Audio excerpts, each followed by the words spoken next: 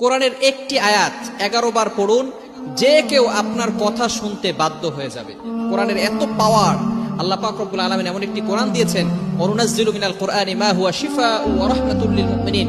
এই কোরআন হচ্ছে সমস্ত রোগের জন্য সেবা স্বরূপ এবং সমস্ত মানুষের জন্য রহমত স্বরূপ। এজন্য এই কোরআনের ভিতরে আল্লাহ তাআলা সব কিছু দিয়েছেন।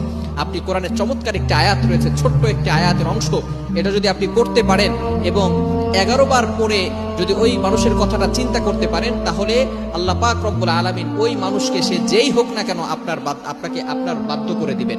তবে ভালো করে মনে রাখতে হবে, এটা হারাম কাজে লাগানো যাবে না, অবৈধ কাজে এটাকে খরচ করা যাবে না, হালাল পন্থায় খরচ করতে হবে। অনেক পিতামাতা পেরেশান হয়ে গেছে যে সন্তান কথা শুনে না, সন্তান পিতামাতার বাধ্য হয় না। অনেক সময় দেখা যাচ্ছে যে মেয়ে খারাপ কাজ করতেছে, ছেলে খারাপ কাজ করতেছে, কিন্তু মা বাবা কিছু করতেও পারতেছে না।